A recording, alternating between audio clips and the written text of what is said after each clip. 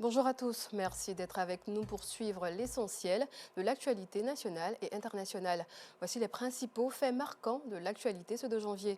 Au lendemain du discours du président, les réactions des populations ne se sont pas fait attendre. Entre satisfaction, attente et interrogation, les avis divergent selon les priorités de chacun. Vous le verrez dans quelques instants.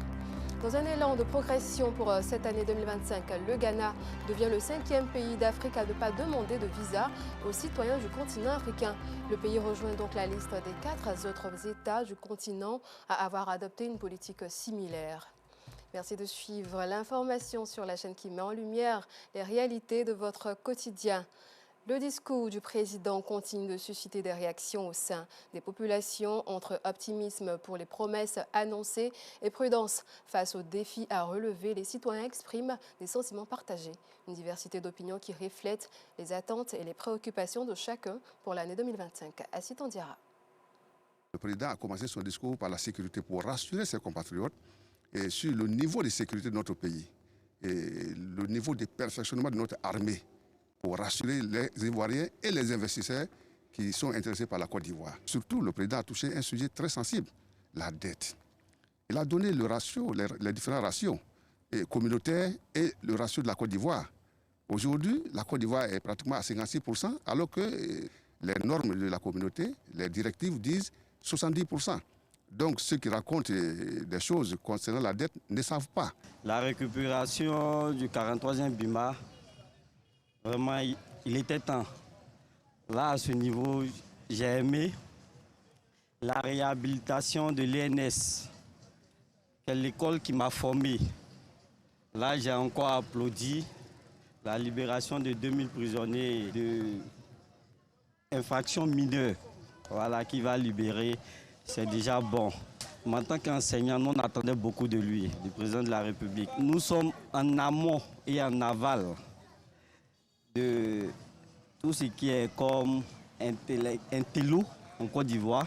Mais malheureusement, il n'est pas allé dans ce élan-là. Moi, je pense qu'on reste toujours positif. Volet de l'armée française qui va libérer le territoire ivoirien qui va être occupé par les forces de défense nationale.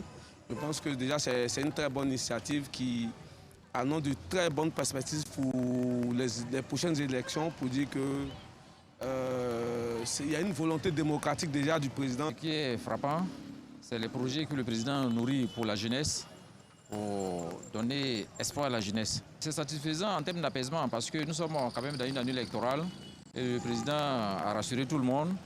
Et c'est un discours apaisant et on prie pour que tout se réalise.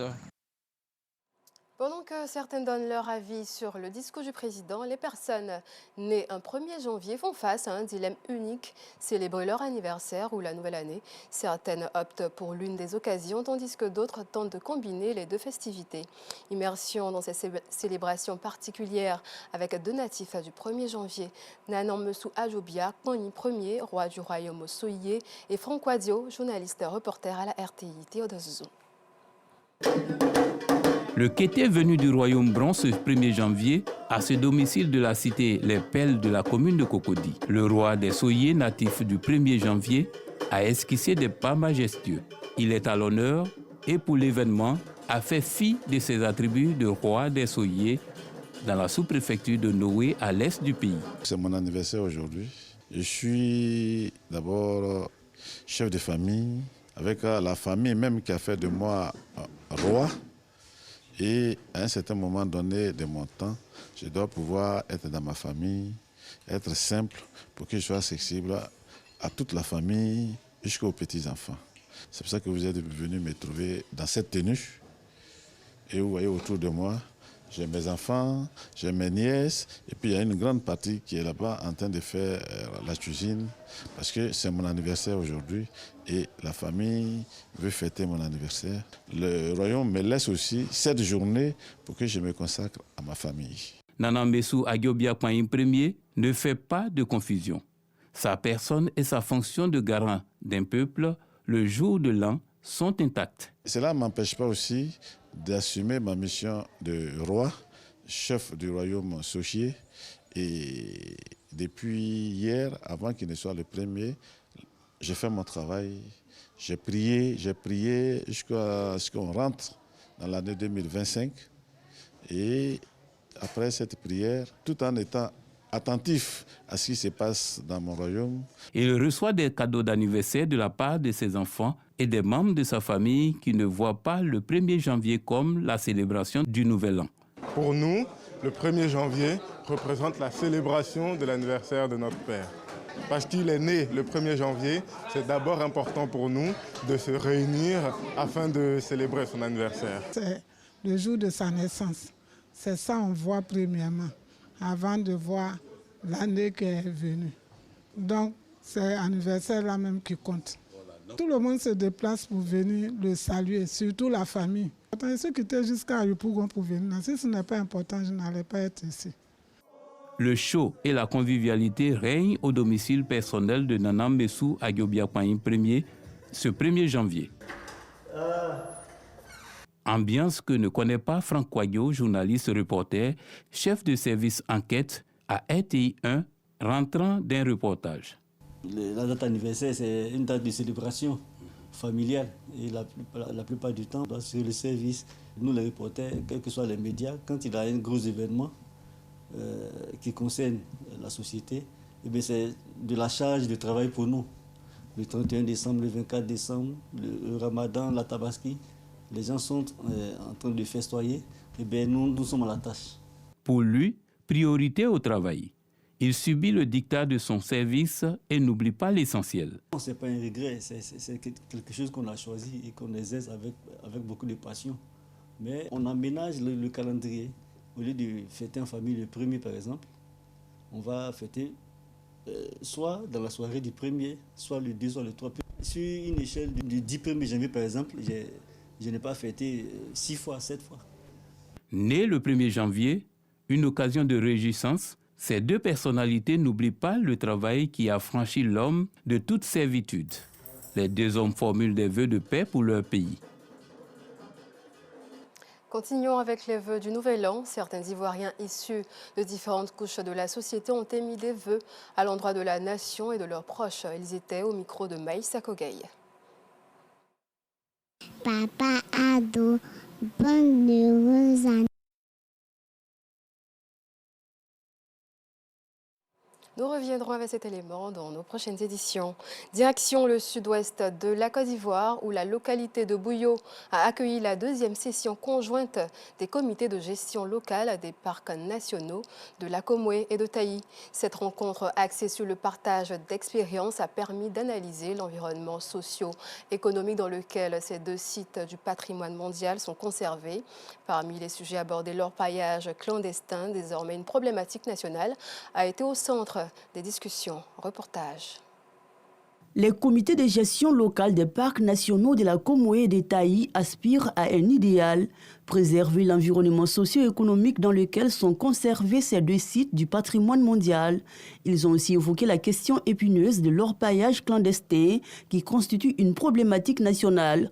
C'est un défi que compte relever le directeur technique de l'OIPR, le colonel Amon Koutoua Benoît. Il annonce le renforcement d'une synergie d'action avec les autres forces de défense et le ministère en charge des mines. Il est bon d'en prendre conscience et de renforcer les mesures de lutte.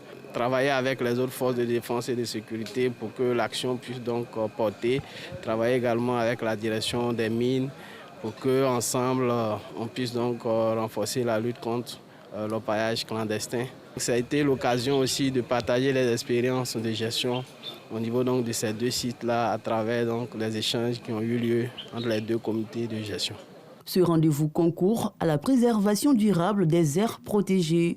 Cette deuxième session conjointe intervient après celle tenue en 2016. Pour la circonstance, les meilleurs villages proches du dit parc ont été distingués. La localité des Aïpobli, de Poutou et de Doba ont remporté le premier prix vert qui a une valeur totale de 10 500 000 francs CFA. La journée internationale de la paix a été célébrée au terrain Inch'Allah de Koumassi par le collectif des leaders de la paix de l'ONG Force Unie. C'est en présence des autorités locales et des représentants des communautés ivoiriennes. Des messages appelant à l'unité et à la non-violence, notamment en vue des élections de 2025, ont été lancés. Guy Michel Ablé. La journée nationale de la paix a été célébrée récemment au terrain Inch'Allah de Koumassi par le collectif des leaders de la paix de l'ONG Force Unie, présidé par Mme Zenabou Sourgou. Placée sous le patronage de M. Sissé Ibrahima Bakongo, ministre-gouverneur du district autonome d'Abidjan, cette célébration a été rehaussée par la présence du maire de Koumassi, M. Balé Narcisse Toussaint, parrain, qui avait à ses côtés les présidents des comités de développement communautaire de la commune et les représentants des différentes communautés vivant en Côte d'Ivoire. Cette cérémonie est l'occasion pour demander pardon aux personnes offensées, selon le président du comité d'organisation. Nous excuser du fond du cœur, de notre être et de notre âme, aux personnes que nous avons offensées, volontairement ou involontairement, dans nos propos, nos gestes, nos regards, nos manières de faire les choses, car la perfection n'est pas de ce monde. Nous avons besoin de vous, parce qu'en vous, vous avez le message symbolisant la paix. De nombreux artistes ont offert des prestations de qualité au public présent pour cette 3e édition de célébration de la paix à Koumassi. Passons à l'actualité internationale. Le Ghana franchit une étape majeure pour l'intégration africaine. Depuis le 1er janvier, le pays n'exige plus de visa pour les citoyens des 54 États du continent.